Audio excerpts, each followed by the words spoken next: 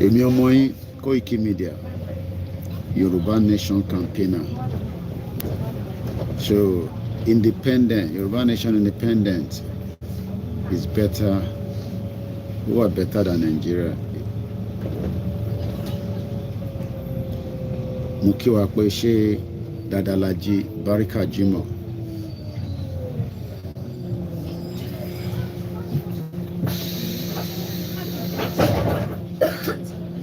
Anáàfẹ́ 1914 mọ̀, 1914 amalgamation.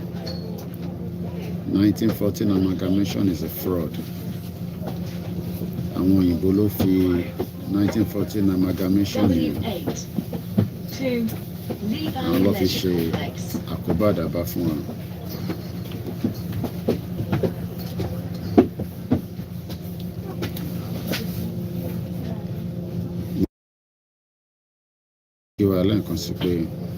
Very good morning and welcome. As we kickstart again, as always, it is great to be back, and we appreciate those of you. Mr. Peter, good morning. Caroline Konsi, Mrs. Eunice, good morning, ma. My name is Olami Koiki, and this is KOIKIMEDIA,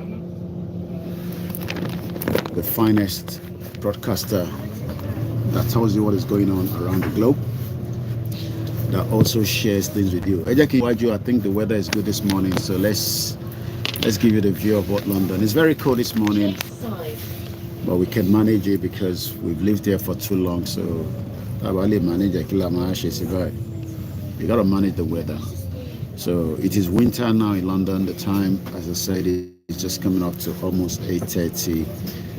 As we're out about again this morning. Moki Professor Adebanji Akitoye, Moki Gbogbo YSDM, Moki Babawa Oloye Dr.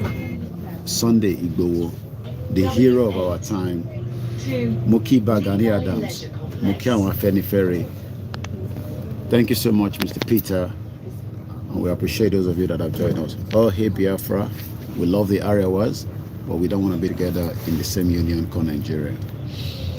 Welcome once again. We have just about less than 15 minutes to the broadcast. Mrs. Tokumbo Oluwayomi, good morning.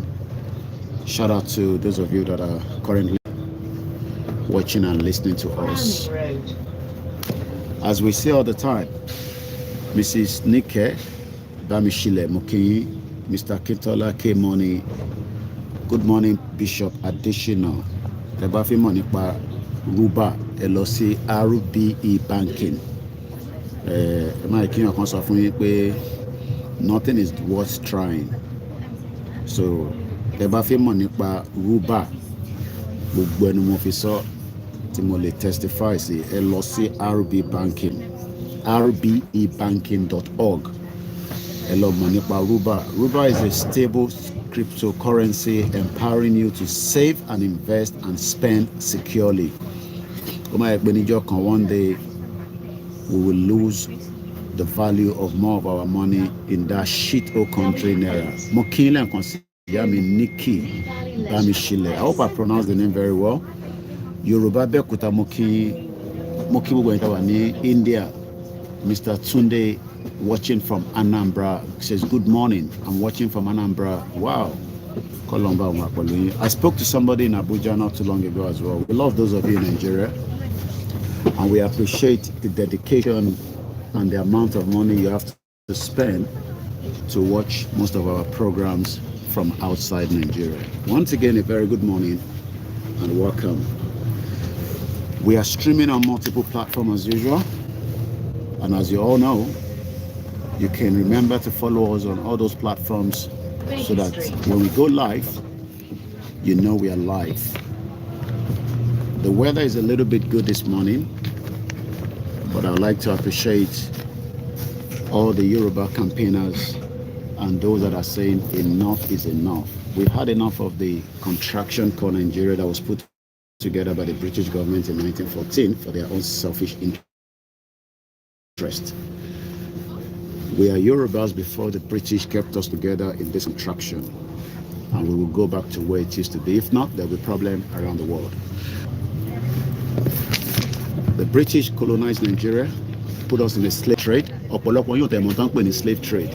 Our forefathers were used to develop United Kingdom, and it is time that they repay back all those crimes.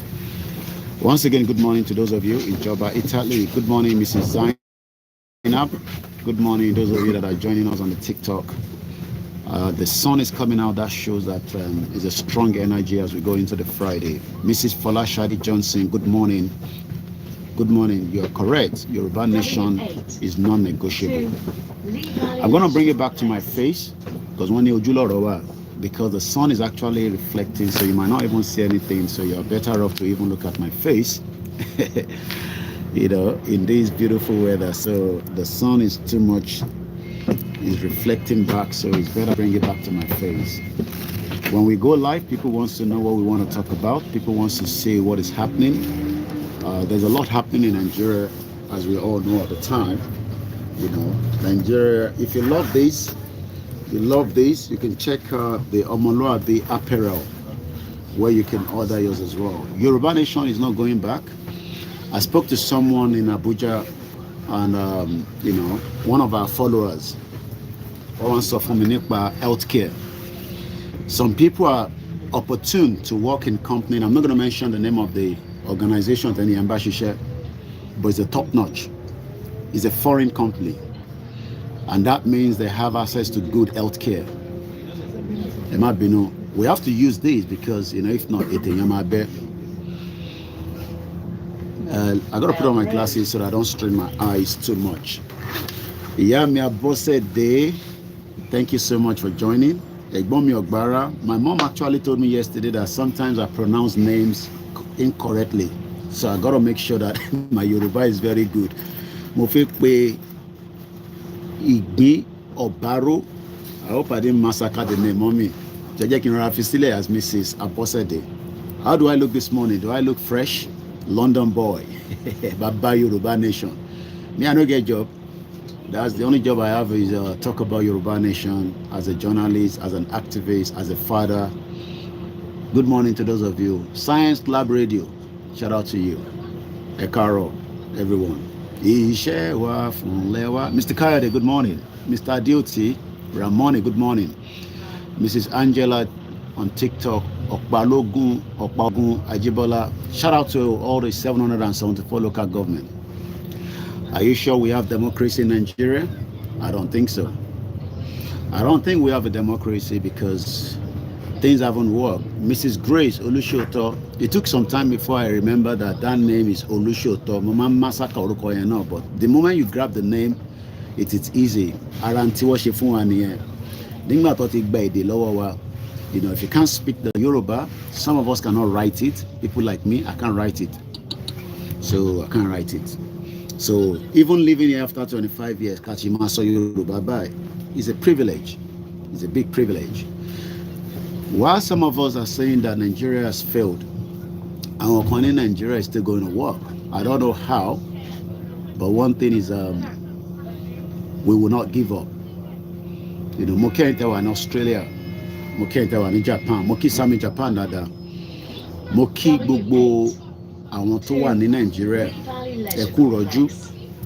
I wish there's much we can do to help you, but there's nothing we can do because we are not the one running the government. Buhari bankrupted Nigeria. He's a sadist. But unfortunately, okay, Mr. Johnson, I can read and write Yoruba with intonation. My boy Yoruba, that's very good. Etobale ko Yoruba. I was watching media company Wion, WION. They actually did something on a Yoruba girl that broadcast in Yoruba. She's a sports journalist, but Yoruba lo ma fi ṣe. Mr. Lanrewaju Dande Moki, Mr. Deyemi 9282. Good morning. Good morning to those of you that are joining me on TikTok. I want to show you the front, but the weather is maybe not to show you again. Let's turn the camera again and show you the front again. This is what London looks like this morning.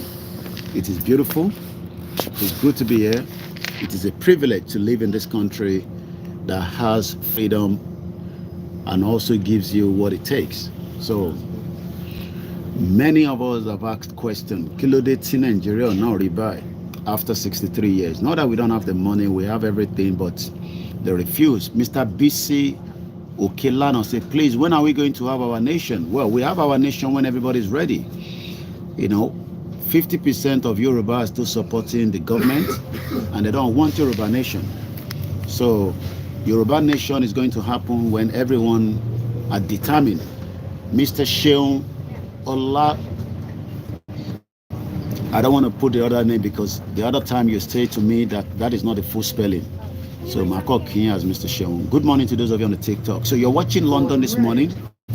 So this is London Live, okay? On KOIKIMEDIA, the finest African and Caribbean station, which is the UK, with KOIKIMEDIA bringing the world closer to your doorstep. Odabe jare ya mi kimalo ma gbe funra won eyan dada ten toju wa, and thanks so much for the not just prayer, financial support, and I like advice. I like to be criticized as well. It's part of making us strong. Babakitoye says, and I quote, the Yoruba people, the noble go towards the noble path. Ganelo, good morning and happy Friday. Mr. Bissini, please, we go survive. Well, we will survive. It's just a matter of time. Once again, Just Reason say we are civilian rule in Nigeria, but not democracy in Nigeria at all. I listened to a pastor yesterday. See if I can pull it out. Pull it out. Pastor Joseph, good morning, sir. The Johnny Sims father on daily basis. Benny, may God help us. One sọ̀rọ̀ nípa the LGBT in Nigeria. I don't know what Tinubu's government is doing, but it seems that we are going to sign the LGBT into law or something. I don't know. So I have to go and read a little bit more about it. Ìbéèrè tí mo fẹ́ bi gbogbo ẹ̀yin ọmọ Yorùbá láàárọ̀ ẹ̀ àti ẹ̀yin followers wa, ṣé kò ń ṣe pé wọ́n ti gbé ọwọ́ lé Tinubu lára báyìí? There's a lot. Ẹ mọ̀ pé Buhari náà gbà tó dé ó ní ìyàwó ẹ̀ ni wọ́n ti hijack government. My question this morning is on Friday. Okay, èní ni 18. Okay, not. Okay, Ṣẹ́gun Olórí àpéyàn kan correct me lẹ́ǹkan bẹ́ẹ̀ mo rí comment kan tó ní today is 18. Ṣé èní ni 18? Yeah, been in Friday. Yeah, everybody is suffering. Àwọn táwa ní London náà suffer yàtọ̀ lóko yàtọ̀ síra wọn ni. Mo kíyàwó Irene ọ̀nà abúlé ẹ̀ka rọmà.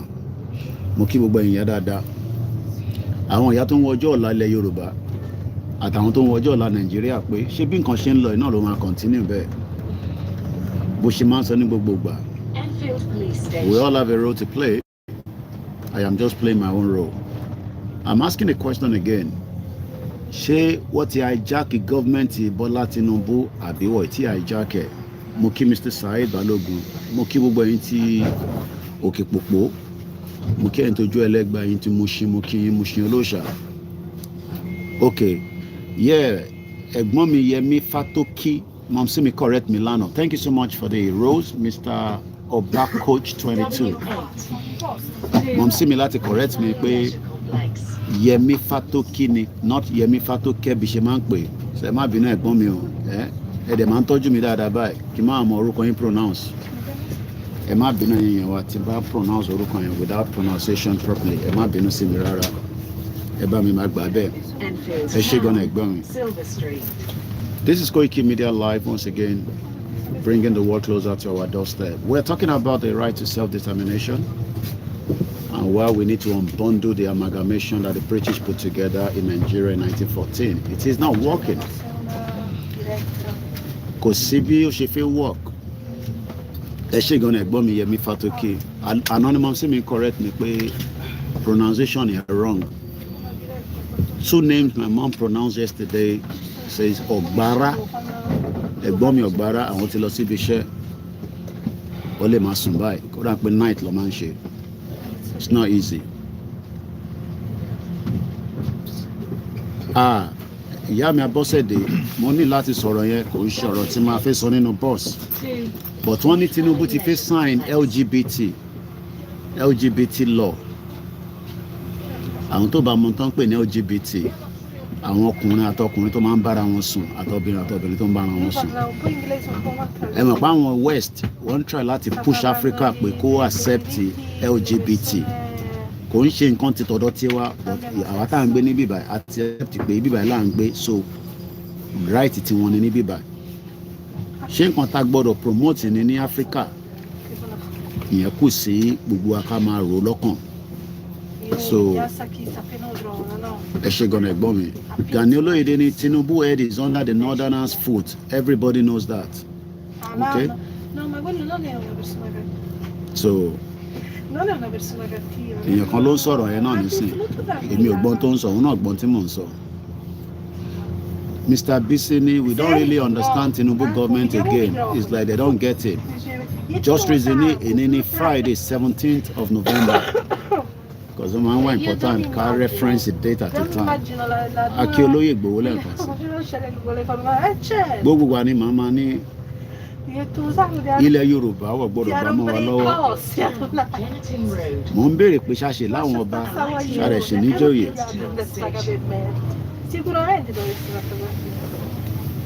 Once again, a very good morning and welcome to the live transmission. I'm asking again, Bishop Adeshinoni, they have helped Tinubu to sit in Abuja. Now he must do their bad deed. Ọ̀rọ̀ yẹn ní agbára díẹ̀. Ọmọlúàbí ọmọ Yorùbá mo kí Omeyo, mo kí Ajagun, mo kí Comrade Ṣọlá kò gbọdọ̀ kú. Mo kí gbogbo ẹ̀yin tẹ́ wà ní Àlímọ̀ṣọ́. Ìgbòho Òòṣà, Ọ̀rúnmìlà number 2. You okay?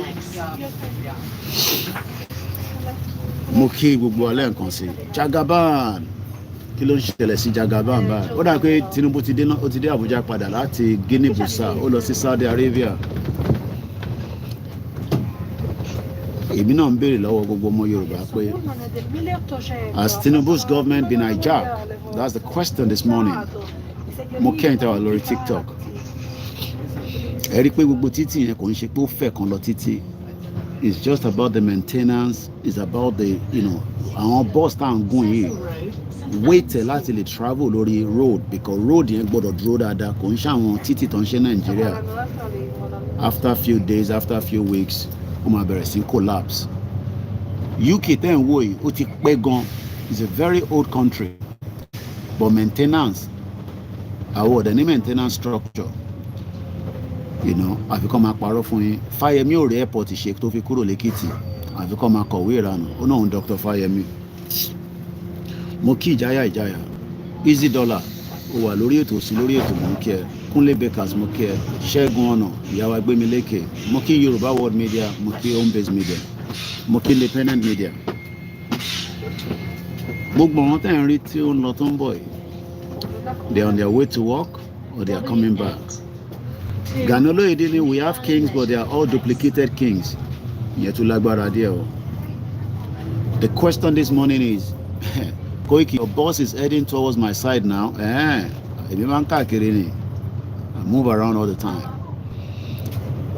Just recently for LGBT in Nigeria now for PayPal they fit do. For your safety, please cross the My question again this morning is has this government of Bola Tinubu been hijacked? And what is the future for Nigerians with this government? We are campaigning for the right to the dissolution of Nigeria, dismantle of Nigeria, de-amalgamate Nigeria. But Nigerians say no, we should keep Nigeria. Or probably some Yoruba say Tinubu ló máa wá padà unbundle Nigeria. Ọ̀pọ̀lọpọ̀ àwọn ọmọ Yorùbá intan feel lọ́kàn ni pé Tinubu ló máa unbundle Nigeria. I don't believe that. I don't think so. But I am not Elédùmarè.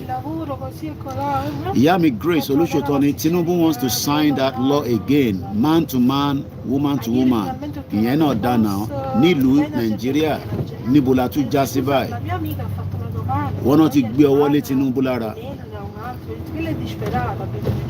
The question again is, how much more ní Nàìjíríà ṣe lè hold kó tó di pé gbogbo ẹ̀ máa fọ́ sí wẹ́wẹ́. Every day pressure is building up. Ganole, did you listen to our brother Moluka program yesterday? He spoke well. Okay, mo ní láti lọ gbọ́ tí yá ti bá délé mo ti gbọ́. I try to catch up with all.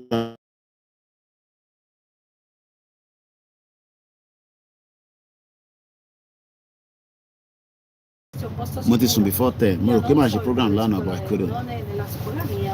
Ìtàṣe ń sọ pé day. Maize good mo kí àwọn Biafra lẹ́ǹkan sí. Mo kí gbọ́ ẹ̀yin tẹ́ wà ní south east. Mo dẹ̀ kẹ́yìn tẹ́ wà ní north east. Mo kẹ́yìn tẹ́ wà ní middle belt. Èdè ṣe pàtàkì. Kò lè àfi tó bá jẹ́ kó gbọ́ èdè tí mò ń sọ. In tó ń sọ nísìnyí mo gbọ́ pa nǹkan tó ń sọ àfẹ́ni tó bá gbọ́ nínú broadcast ló lè mọ̀ tó ń sọ. Ìtàṣe ń sọ pé èdè ṣe pàtàkì ni. Èdè dẹ̀ máa ń jẹ́ coded ní èdè. Ìyá mi Esther Ọláwálé mo kí ẹ káàbọ̀ sórí ètò. Pastor Joshua ni no politician will ever support Nigeria unbundle. Ìyẹn náà mo ṣe ń wonder táwọn kan bá ní Tinubu ló máa wá pín Nàìjíríà. Màá bèrè pé lọ́nà wo mo kí ẹ̀yin gbogbo bàbá wa nínú Olúwa. Justice for the masses wọ́n ní good morning sir èmi náà kí yín o. Mo kí bàbá mi Sulaimon gbogbo Woolwich ẹ̀gbọ́n mi triple DRS báwo lọ́dọ̀ yín láàárọ̀ ẹ̀ ẹ káàárọ̀ sà. Mo kí gbogbo ẹ̀yin èèyàn wa mo kí Nigeria Muslim Association ní UK mo kí Alájà Bàrúwá ẹ káàárọ̀ lẹ́ǹkan sí ìyá mi Esther Ọláwálé ìwà pẹ̀lú ẹ̀wà mo kí ẹ mo kí Yèyé Oge ó ti pẹ́ ta ti gbúrò àbíbá ìyá mi Abọ́sẹ̀dé ní wọ́n ti gbà ti pẹ́ pẹ̀lú gbogbo bí wọ́n ti ṣe gba ìjọba ẹ̀yin ọmọ Yorùbá dìde gbogbo wa la ní káwọn ọmọ Yorùbá dìde àwọn ọmọ Yorùbá nípa àwọn ní dìde ok mo tó ti yé mi bó ṣe moment tó wà ń bẹ má wọ ní láti explain mo ti rí message ẹ̀ tó send Ọlọ́run kó bò wá láṣìírí ẹ̀yin tẹ́ wà ní Eltham kí n bá wà ní Eltham láàárọ̀ ẹ̀ mo kẹ́ tẹ́ wà ní outside London mo kẹ́ eégún ní Scotland ok Italia ló ń sọ ẹ̀yin gbọ́ èdè gan nìyẹn o Mr. Banki Ọlání ṣé bẹ́ẹ̀ lẹ́ ń gbé ni ara ń tàn sọ nìyẹn. Shalom Mr. Koiki is my youth in the car not a fake account. Okay, Mr. Koiki, here is my YouTube in the car, not a fake account. More understand message, Mr. TJ. Kini Bishop, so Bishop ni when they say Omowani Koshe Dibebere, unknown to them that it is pamper that is packaged inside it, idi. Baba mi Omowa AK Mokin. Mo ń béèrè lẹ́ẹ̀kan sí mo ní ṣé àwọn politicians yìí tó ní ká ṣe sùúrù fún ṣé wọ́n lè unbundle Nàìjíríà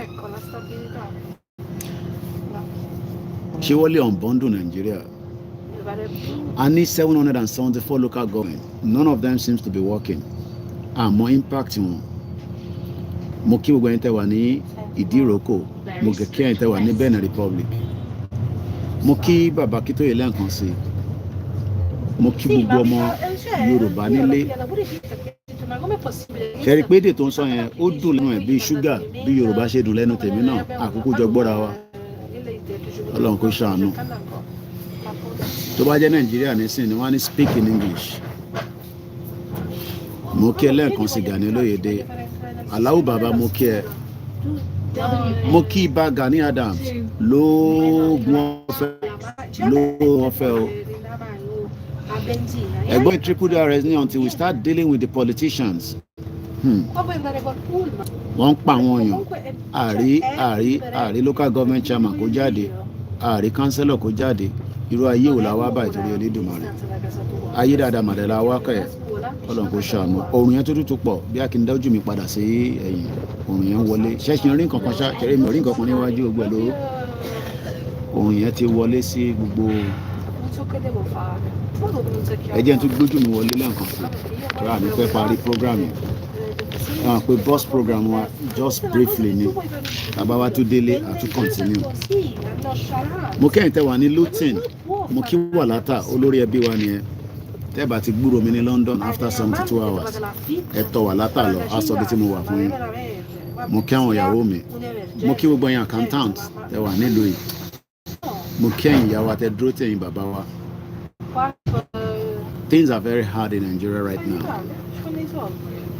Ọmọlúwàbí àtàtà Yorùbá ní Koiki, good morning. I will always say Yoruba leaders and elders are the problem of Nigeria. Kí la máa wá ṣe báyìí if there were problems? How can we deal with the problem? Pastor Joshua, and my greetings to Professor and CSI. Màá bá yín jíṣẹ́. Èmi àti olóyè sọ̀rọ̀ lánàá. Olóyè sẹ́ni kankan sí mi kò ń ṣe fún public consumption. Privilege ni. Tí bá sọ pé mò ń rí olóyè bá sọ̀rọ̀ is a privilege. Kódà bó fẹ́ lómi ṣe spokesman ẹ̀, ó sì ní loyalty mi forever ni.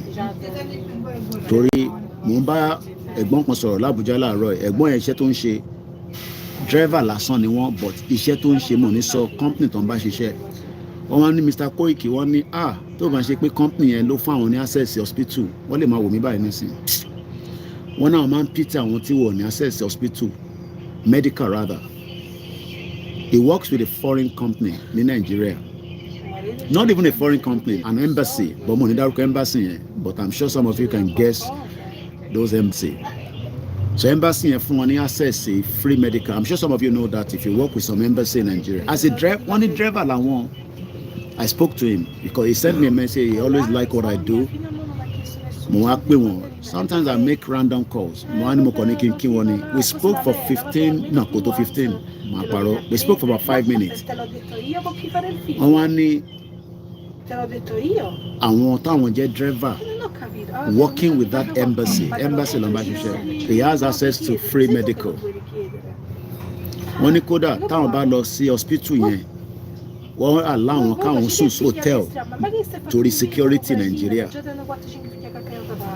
Ẹ mọ̀ pé àwọn ìlú kan embassy wọn ṣeré pẹ̀lú àwọn staff wọn regardless of whether you're a driver, you're a cleaner. Wọ́n ní policy ni just reason ní Papawa Iba Gani Adams dàbí wípé wọ́n kò ń ṣe just reason Yorùbá yìí ti pọ̀ jù, mo dẹ̀ ń try láti kà Papa Iba Gani Adams dàbí wípé wọ́n kò ń ṣe náwó káàkiri ìjẹ́rí. Ẹ má dàbí ní mi rú láàárọ̀ kùtùkùtù jàre, àárọ̀ Friday kí wọ́n má lọ gé rẹ̀ láwọn wáyé bàbá Èkìtì nísìn láti kàn tó máa kà, tó bá jẹ́ ọmọ lúkà ní á ti kà kíákíá, àwọn gbọ́ Yorùbá dáadáa. Mo kí gbogbo ẹ̀yin White Garment Church, àdúrà máa gbà. What God cannot do does not exist. Mo kí gbogbo ẹ̀yin bàbá wa ní Olúwa, mo kẹ́yìn àfáà wa, mo kí ọmọdé, mo á kí gbogbo ẹ̀yin oníṣègùn, ẹ̀yin babaláwo, ẹ̀yin aláwo, ẹ̀yin ìyá Ọ̀ṣun, àwa la nìyẹn, culture wa ni. Ibi tèmi dé èmi ò mọ̀wọ́, ibi tèmi dé lé ni o at 40 plus èèyàn kan lè gbé kàràjé fún mi mọ́ báyìí. Ó yẹ yín èmi ò force anybody pé kó lọ ṣẹ̀ṣẹ̀ ṣe o, mo dẹ̀ force kó ṣe Christian, mo force kó ṣe Muslim, mo dẹ̀ force kó ṣe Hindu, kódà ó lè di atheist gan. But níbi tèmi dé ní 40 years culture mi èèyàn kan lè fi wọ́n tẹ́po sí kinní kan ó gbóyè yẹn fàgbó ni. Sọ láyé àtijọ́ nìyẹn. Mo kí gbogbo ilé nǹkan sí. Ọlọ́run Olódùmarè á wà pẹ̀lú kò ní fi wá sílẹ̀. Mo kí àwọn Àgbẹ̀kọ̀yà, mo dẹ̀ kí gbogbo àwọn ọdẹ. Mo gbọ́ díò bàbá kan lánàá bóyá ń pò Ògbómọ̀ṣọ́ ní ẹ̀gbọ́n yẹn wà. Problem ti máa ń wọ́n dà ní pé tẹ bá ń fi ìpá wa Yorùbá nation lágbọ́dọ̀ sponsor security. What about the government? Sanwó-Olú ṣe kúrò London ni o. He spent few days in London. Káàkiri bí ẹ̀ṣọ́ níwò lè mọ̀. Ó rí Queen Consort, Camilla, ó ya picture papapapapapa, ó dà ń pè ní Westminster. Gbogbo yẹn kàràjé ni. Èèyàn bá òyìnbó ya picture kò yẹn ọjà wa lójúmọ́ nísìn. Tí bá fi bá òyìnbó ya picture nísìn, màá ní can I take a selfie? Màá post ẹ̀ sórí social media. Ẹ tẹ̀ ní sùúrù. Bàbá wèrè tó náà lọ sí United Nations yẹn, àgbúrò ẹ̀ mọ́kẹ́ ẹ̀. Kò ní dá fún dúpọ̀ ní tìrì Bob Basta.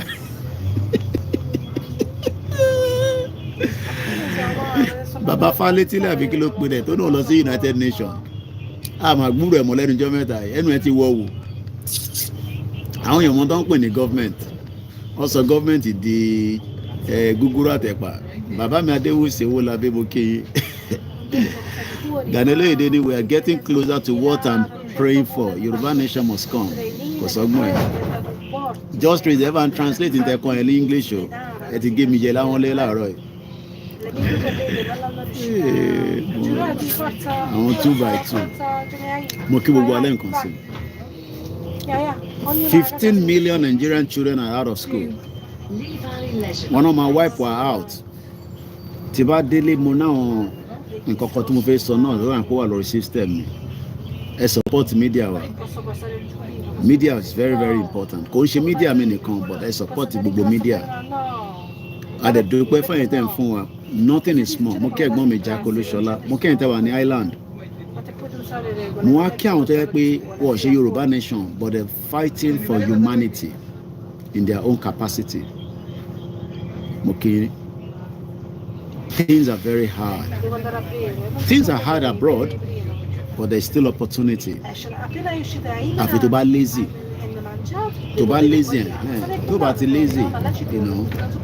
So a máa mú ètò ìwá sílẹ̀ tí bá délé lọ́wọ́ train àtúbẹ̀rẹ̀ again. Mo kí wa lẹ́ẹ̀kan sí o. Àwọn onílẹ̀wọ̀ ní fi wá sílẹ̀. Mo kí ẹ̀yin ti France. Ọmọlúwàbí ni it is violent protest that can solve the issue. Ẹ má yẹ kí mi sọ yẹn. Ẹ má kí n bá sọ yẹn nísìnyí. Ìyẹn làwọn tó máa blog ẹ̀ máa blog. Ìyá mi dẹ̀ ti ní mọ̀ nídìí gbogbo yẹn mọ́. Yín ti Turkey Don Empire. Báwo ni Turkey láàárọ̀ ẹ̀? Ẹ̀yin wà 3 hours ahead of us. Inflation yín ó bad gan. But wọ́n ṣì ń jẹun lẹ́ẹ̀mẹ́ta. Mo kí ẹ Mr. Saheed láti Turkey. Màá wá kí láìpẹ́ ìlágbára Ọlọ́run bíi next year. Ó kù díẹ̀. Màá wá kí ní Turkey. Ẹ wá máa ṣe jẹ́jẹ́ níbẹ̀. Ọlọ́run bá ń dúró tì í. Ẹ̀yin tẹ́ wà nílé ẹ̀ mọ táwọn èèyàn face when it comes to immigration. Àwọn tó wà ní Turkey wọ́n rí ní ìwé fún wọn. Mo ṣeré. Àwa wá ní ilẹ̀, alómi, alórùn, a ní gbogbo ẹ̀. Àwa ń sá káàkiri bí ẹṣin oníwòlé mọ̀. Ṣé mọ̀ pé Bangladesh àwọn ni wọ́n ṣe garment tó pọ̀ jù ní gbogbo àgbáyé. America spend $11 billion every year from Bangladesh. Nigeria ń ṣe country. Ẹ bá dé Turkey láàárọ̀ yìí kò wá sí nǹkan kì í ṣe. Ẹ bá fẹ́ ra Versace wá bá yín ṣe. Ẹ bá fẹ́ ra Nike ó duplicate ju kí ló dálẹ̀ lọ. Ẹ dẹ̀ mọ̀ reason why because Òṣèjàre Domper ó fún mi lówó lórí TikTok. Thanks so much. Mo ní Kamel Atatürk ó reform Turkey. Òun ní gbádùn tí àwọn ará Nàìjíríà tó wà ní Turkey ṣe ń gbádùn. Ó reform ẹ̀. Ó sọ di circular. Mo ní Turkey àwọn ọmọ wọn kọ́ ṣọlẹ̀ lórí wà láwẹ̀. Mo ṣeré. And it's an Islamic country. Ẹ jẹ́ ká dé mọ́bẹ̀ for now. Àpàdé later. Ọláyọmí KOIKIMEDIA bringing the world closer to your doorstep. Odò agbèwà kò ní gbé ọ̀dà lẹ̀. My name is Baba Yoruba Nation. No retreat, no surrender. Good morning. Bye for now. Ẹ má bínú irin tó wà níbí báyìí ló fún wa ní that kind.